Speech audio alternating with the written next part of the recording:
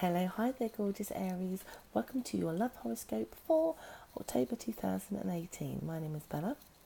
My apologies for not appearing in September. I was away, and then when I returned in sort of middle of September, I got ill. And so I couldn't do my normal YouTube videos, but I'm back. Better than I was. You might be able to hear it still in my voice, but I am back. And hopefully that won't happen again.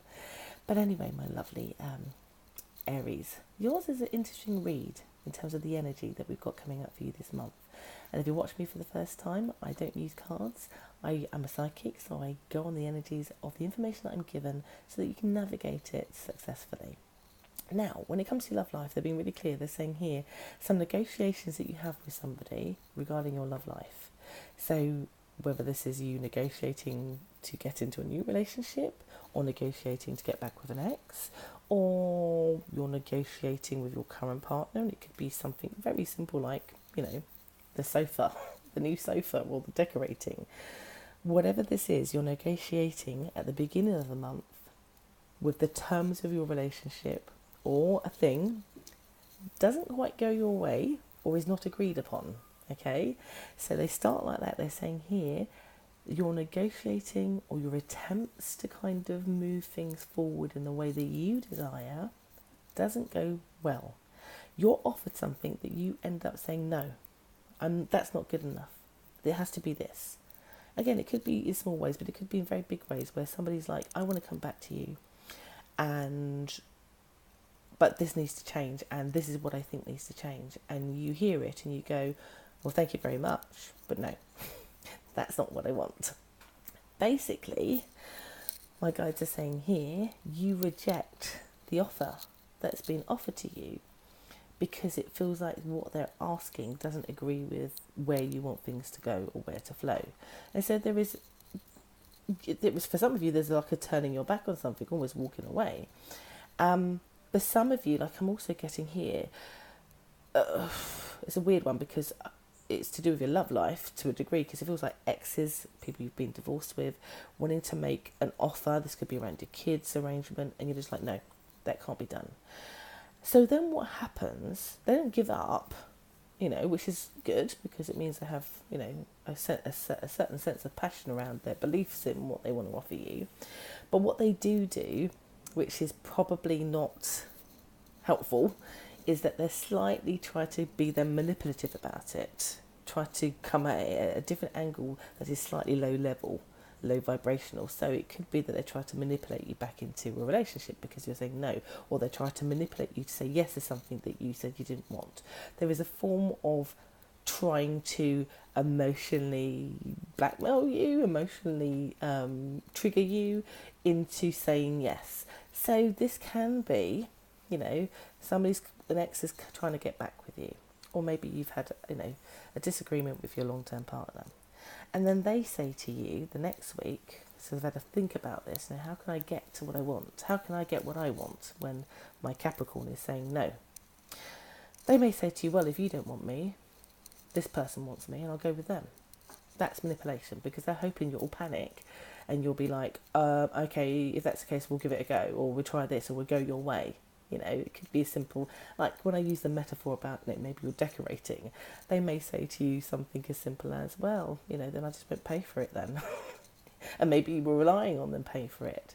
My guides are saying here, don't be fooled by that. It's just a tactic because they want what they want. There's no compromise, or they're not seeing how to compromise on it or to give you exactly what you want, because it feels in this they're offering you something without actually talking to you about what it is that you need, that you want, etc., etc. When that doesn't work, because it really won't, because I think even though I'm telling you this, I think you'll be like, no, if that's what you want to do, no. They forget that you're an Aries. You do not, wind up the goat. You do not. Those ram's horns will butt them out the way. So they get a bit disappointed and feel sorry for themselves. So they may be in a bit of a mood the second week. So basically, for the first 2 weeks of October, there is this kind of tension with you and somebody else, new or otherwise, old or current. There is a sense of discomfort, basically. because you're not seeing eye to eye on something that you need in order to progress the relationship forward. However, there is good news. So in the third week, this is rectified because they come to their senses. They ask, they listen to your needs. They compromise, you compromise. There is a happy agreement that is then made in the third week. And what I like about the other person's energy is that they must care for you an awful lot, even if they did get it wrong, to still keep trying enough to then get it right. And you can't say fairer than that now, can you? For some of you in the third week, it may be the later end of the third week that they get it, because I do get some delayed communication. And that could also be that they have stopped communicating with you because of feeling like they're sulking in the second week because you kind of rejected them. So some of you might go a week without actually speaking to this person whilst they kind of, let the cogs turn in their head. But in the third week, it's most certainly resolved. And then it's happy days. I get here, you're both happy, you're both feeling like you're in love, you've got something to aim and move forward to.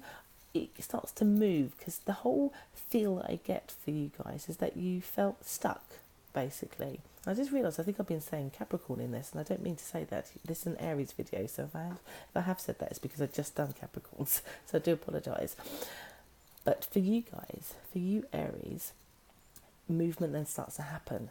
Other than that, it just feels like until you can agree, you're stuck. But you will agree. So just maybe don't let it get you as stuck as it could, because it gets resolved. So that was your read, my dear Aries. I do hope that that's been helpful, interesting, but has a positive end to it. So just stick to your guns is overall the message here, guys.